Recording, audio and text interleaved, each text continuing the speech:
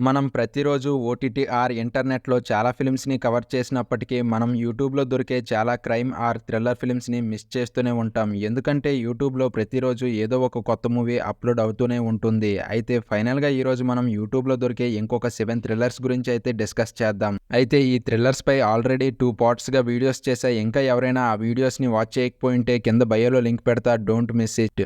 డీటెయిల్స్‌లోకి వెళ్తే నంబర్ 1 మరకతమణి. 2017లో ఆది పినిశెట్టి గారు లీడ్ రోల్‌గా యాక్ట్ చేసిన ఈ ఫాంటసీ కామెడీ ఫిల్మ్ ఆ టైంలో రిలీజ్ అయ్యి మంచి రెస్పాన్స్‌ని అయితే తెచ్చుకుంది. అయితే ఈ మూవీ బేసిక్ స్టోరీ లైన్ వచ్చేసి మన హీరో రఘునందన్ తనకు ఉన్న అప్పుల వల్ల ఒక స్మగ్లర్‌గా అయితే మారుతాడు. అయితే ఒకరోజు మన హీరో రఘునందన్ దగ్గరికి మరకతమణి అనే ఒక పెద్ద డీల్ వస్తుంది. ఆ డీల్‌ని సెటిల్ చేస్తే తన అప్పులు మొత్తం తీరిపోతాయి అనుకుంటాడు. అయితే ఆ ప్రాసెస్‌లో మన మరకతమణిని తాకిన వారు ఒక్కొక్కరుగా చనిపోతుంటారు. అయితే ఫైనల్‌గా ఆ మరకతమణి వెనుక ఉన్న మిస్టరీ ఏంటి? అండ్ ఆ మరకతమణి కోసం మన హీరో రఘునందన్ ఎలాంటి ప్రాబ్లమ్స్‌ని ఫేస్ చేశాడు? అండ్ అలాగే ఫైనల్‌గా ఆ మరకతమణి దొరికిందా లేదా? అండ్ దొరికాక ఎలాంటి ప్రాబ్లమ్స్‌ని ఫేస్ చేశాడు అన్నది మూవీ స్టోరీ లైన్. ఈ మూవీ స్టోరీ లైన్ చెప్పడానికి చాలా సింపుల్‌గా ఉన్నా, ఈ మూవీ స్టార్టింగ్ నుంచి ఎండింగ్ వరకు మనల్ని ఎక్కడా డిసప్పాయింటింగ్ చేయకుండా చాలా ఇంట్రెస్టింగ్‌గా అయితే తీసుకువెళ్తుంది. అయితే ఈ మూవీ మధ్యలో వచ్చే కొన్ని హారర్ సీన్స్ అయితే మనల్ని గూస్ బంప్స్ తెప్పిస్తాయి. అండ్ అలాగే ఈ మూవీ మధ్యలో వచ్చే కొన్ని కామెడీ సీన్స్ అయితే లిటరల్లీ మనల్ని అయితే నవ్విస్తాయి. అయితే ఈ మూవీని మీరు ఇప్పటివరకు వాచ్ చేయకపోయి ఉంటే కింద బయోలో లింక్ పెడతా. డెఫినెట్‌గా వాచ్ చేయండి. ఈ మూవీ చూసాక డెఫినెట్‌గా ఒక మంచి ఫాంటసీ హారర్ ఫిల్మ్ చూసామన్న ఫీలింగ్ అయితే డెఫినెట్‌గా కలుగుతుంది. Number 2 midnight murders. మలయాళంలో వచ్చిన క్రైమ్ మూవీస్‌కి కొంత సెపరేట్ ట్రాక్ ఉంటుంది. ఈ ఫిల్మ్ కూడా అదే ట్రాక్‌లోకి వెళ్తుంది. అయితే ఈ మూవీ 2021లో వచ్చి మంచి రెస్పాన్స్‌ని అయితే తెచ్చుకుంది. అయితే మూవీ బేసిక్ స్టోరీ లైన్ వచ్చేసి మన హీరో అన్వర్ ఒక సైకాలజిస్ట్‌గా వర్క్ చేస్తూ పోలీసులకి కొన్ని స్పెషల్ కేసులు హెల్ప్ చేస్తూ ఉంటాడు. అయితే ఒక రోజు నుండి అనుకోకుండా మిడ్‌నైట్ నుండి పోలీసులు దారుణంగా హత్య చేయబడుతుంటారు. అయితే ఇలా హత్య చేయడానికి గల రీజన్ ఏంటి? అండ్ అలాగే ఈ హత్య చేస్తుంది ఎవరు? అండ్ దీని వెనక ఉన్న మోటివ్ ఏంటి? ఫైనల్‌గా ఈ క్రైమ్‌ని ఎలా కనిపెట్టారు అన్నది స్టోరీ లైన్. అయితే ఈ స్టోరీ లైన్ కూడా చెప్పడానికి చాలా సింపుల్‌గా ఉన్న ఈ మూవీ కూడా స్టార్టింగ్ నుంచి మనకి ఒక లూప్‌లోకి అయితే తీసుకువెళ్తుంది. మూవీ స్టార్ట్ అయ్యి కొంత సమయానికి మెయిన్ పాయింట్‌కి వచ్చేసరికి మనకి ఇన్వెస్టిగేషన్ పార్ట్ చాలా ఇంట్రెస్టింగ్‌గా అయితే తీసుకువెళ్తుంది. ఎక్కడ డిసప్పాయింటింగ్ చేయకుండా ఎండింగ్ వరకు మనకి ఒక లూప్‌లోకి అయితే తీసుకువెళ్తుంది. అయితే మూవీ మధ్యలో 1, 2 దగ్గరలా చిన్న లాజిక్ మిస్ అయినా మూవీ కంప్లీట్ చేసేసరికి మనం ఒక మంచి క్రైమ్ థ్రిల్లర్ మూవీని చూసామన్న ఫీలింగ్ అయితే డెఫినెట్‌గా కలుగుతుంది. అయితే ఈ మూవీని ఇంకా ఎవరైనా వాచ్ చేయకపోయి ఉంటే కింద బయోలో లింక్ పెడతా. డెఫినెట్‌గా వాచ్ చేయండి. Number 3 U turn. 2018లో వచ్చిన ఈ మూవీ ఆ టైంలో ఎంతలా హిట్ అయిందంటే ఆల్మోస్ట్ అన్ని లాంగ్వేజెస్‌లో ఈ మూవీని రీమేక్ చేశారు. అయితే ఈ మూవీ చూస్తున్నంత సేపు మనకు ఒక మంచి థ్రిల్లర్ ఫిల్మ్ చూస్తామన్న ఫీలింగ్ అయితే డెఫినెట్‌గా కలుగుతుంది. అయితే ఈ మూవీ బేసిక్ స్టోరీ లైన్ వచ్చేసి మన హీరోయిన్ సమంత జర్నలిస్ట్‌గా వర్క్ చేస్తున్న టైంలో ఆర్కే ఫ్లైఓవర్‌పై డివైడర్‌ను క్రాస్ చేస్తున్న వాళ్ళపై రీసెర్చ్ చేసి వాళ్ళ డీటెయిల్స్‌ని కలెక్ట్ చేసి వాళ్ళని ఇంటర్వ్యూ చేయాలనుకుంటుంది. ఇంటర్వ్యూ చేయాలనుకుని వెళ్ళే వాళ్ళ దగ్గరికి వాళ్ళు ఆల్రెడీ చనిపోయి ఉంటారు. అయితే ఆళ్ళు అలా చనిపోవడానికి గల రీజన్ ఏంటి? అండ్ అలాగే ఆ ఫ్లైఓవర్ వెనక ఉన్న మిస్టరీ ఏంటి? అలా జరగడానికి గల రీజన్ ఏంటి? అండ్ ఆ తర్వాత జరగబోయే హత్యల్ని ఎలా ఆపారు అన్నది మూవీ స్టోరీ లైన్. అయితే ఈ మూవీ స్టోరీ లైన్ కూడా చెప్పడానికి సింపుల్‌గా ఉన్న మూవీ చూస్తున్నాను చెప్పు చాలా ఇంట్రెస్టింగ్‌గా అయితే రన్ అవుతుంది. మూవీ స్టార్టింగ్ కొద్దిగా స్లోగా ఉన్న ఇక మెయిన్ పాయింట్‌కెళ్ళేసరికి మనల్ని ఖచ్చితంగా ఎంగేజ్ చేస్తుంది. అండ్ అలాగే మూవీ మధ్యలో వచ్చే కొన్ని ట్విస్ట్స్ అయితే హైలైట్‌గా ఉంటాయి. అయితే ఫైనల్‌గా మీరు ఈ మూవీని ఇప్పటివరకు వాచ్ చేయకపోయి ఉంటే డెఫినెట్‌గా వాచ్ చేయండి. కింద బయోలో లింక్ పెడతాం.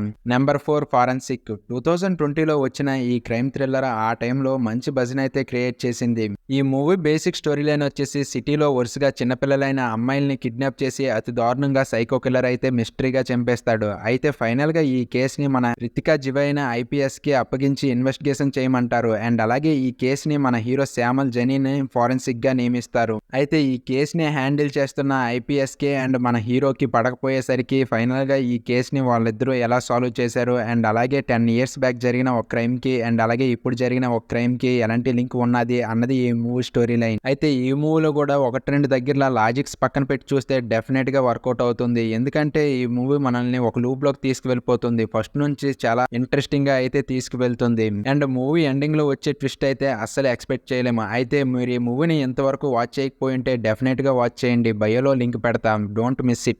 నెంబర్ 5 రణధీర. అప్పుడెప్పుడో 2009లో వచ్చిన ఈ తమిళ్ ఫిల్మ్ 2016లో తెలుగులో డబ్ చేసి యూట్యూబ్‌లో అయితే రిలీజ్ చేశారు. అప్పుడైతే ఈ మూవీకి మంచి రెస్పాన్స్ వచ్చింది.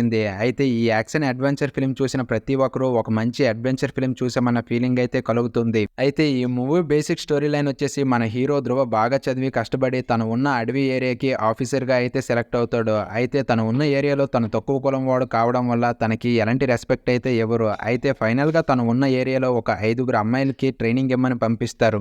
అలా అడవిలోకి వెళ్ళినప్పుడు మన ఇండియా గవర్నమెంట్ హరిత విప్లవం కోసం ప్రయోగించిన ఉపగ్రహాన్ని వేరే దేశస్తులు నాశనం చేయాలనుకుంటారు. అయితే ఫైనల్గా మన హీరో టీం దాన్ని ఎలా కాపాడింది అండ్ అలాగే మధ్యలో ఎలాంటి ప్రాబ్లమ్స్ని ఫేస్ చేశారో అన్నది స్టోరీ లైన్. ఈ స్టోరీ లైన్ కూడా చెప్పడానికి సింపుల్గా ఉన్న స్టార్టింగ్ నుంచి ఎండింగ్ వరకు మనల్ని ఎంగేజ్ చేస్తూనే ఉంటుంది. ఎందుకంటే మూవీ స్టార్టింగ్లో కొద్దిగా స్లోగా ఉన్న మధ్యకెళ్ళేసరికి చాలా ఇంట్రెస్టింగ్గా అయితే తీసుకువెళ్తుంది. మెయిన్గా అడవిలో ఉండే కొన్ని సీన్స్ అయితే నిజంగా గూస్ బంప్స్ తెప్పిస్తాయి.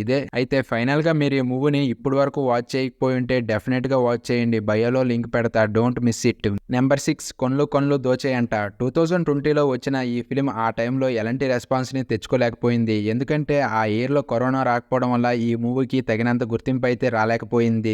అయితే ఈ మూవీ బేసిక్ స్టోరీ లైన్ వచ్చేసి మన హీరో సిద్ధార్థ్ అండ్ తన ఫ్రెండ్ కలిసి యాప్ డెవలపర్గా అండ్ యానిమేటెడ్గా వర్క్ చేస్తున్నామని చెప్పి చిన్న ఫ్రాడ్స్ చేస్తూ రిచ్ లైఫ్ని అయితే ఎంజాయ్ చేస్తుంటారు. అయితే ఒకరోజు వీళ్ళు మీరా అండ్ శ్రేయ అనే అమ్మాయిల్ని కలిసి లవ్లో పడతారు. అండ్ అలాగే అదే టైంలో వీళ్ళు చేసిన ఫ్రాడ్స్ కొంత లీక్ అవుతుంది. అయితే ఇక అక్కడి నుంచి స్టోరీ ఎలాంటి టర్న్స్ తీసుకుంది అండ్ అలాగే ఆ ఫ్రాడ్ నుంచి ఎలా తప్పించుకున్నారు అండ్ ఫైనల్గా వాళ్ళ లవ్ వాళ్ళకి దక్కిందా లేదా అన్నది మూవీ స్టోరీ లైన్. నిజంగా ఈ మూవీ స్టార్టింగ్ నుంచి ఎండింగ్ వరకు మనల్ని ఎక్కడ డిసప్పాయింటింగ్ చేయకుండా అండ్ అలాగే లాజిక్స్ మిస్ అవ్వకుండా చాలా క్లియర్గా అయితే ఉంటుంది. మనల్ని ఎంగేజ్ చేస్తూ తీసుకువెళ్తుంది. అయితే ఈ మూవీ మధ్యలో వచ్చిన ఇంటర్వ్యూ సీన్ అండ్ అలాగే క్లైమాక్స్ సీన్ అయితే అస్సలు ఎక్స్పెక్ట్ చేయలేం, డిఫరెంట్గా ఉంటాయి. అయితే ఫైనల్గా మీరు ఈ మూవీని ఇప్పటి వరకు వాచ్ చేయకపోయి ఉంటే కింద బయోలో లింక్ పెడతా, డోంట్ మిస్ ఇట్. నెంబర్ 7 విచారణ. నాకు తెలిసినంత వరకు ఈ మూవీని అందరూ కవర్ చేసి ఉంటారు. ఎందుకంటే 1990స్లో జరిగిన రియల్ స్టోరీని బేస్ చేసుకొని తీసిన ఈ మూవీ ఆ టైంలో మంచి రెస్పాన్స్ని అయితే తెచ్చుకుంది. అండ్ ఆ పైగా ఈ మూవీని డైరెక్ట్ చేసింది విక్టరీ మారెన్ గారి మూవీస్ అంటే ఇక చూడక్కర్లేదు, వేరే లెవెల్లో ఉంటాయి. అయితే ఈ మూవీ బేసిక్ స్టోరీ లైన్ వచ్చేసి మన ఆంధ్ర నుంచి జీవనోపాధి కోసం మద్రాసు ఒక 4 వ్యక్తులు వెళ్తారు.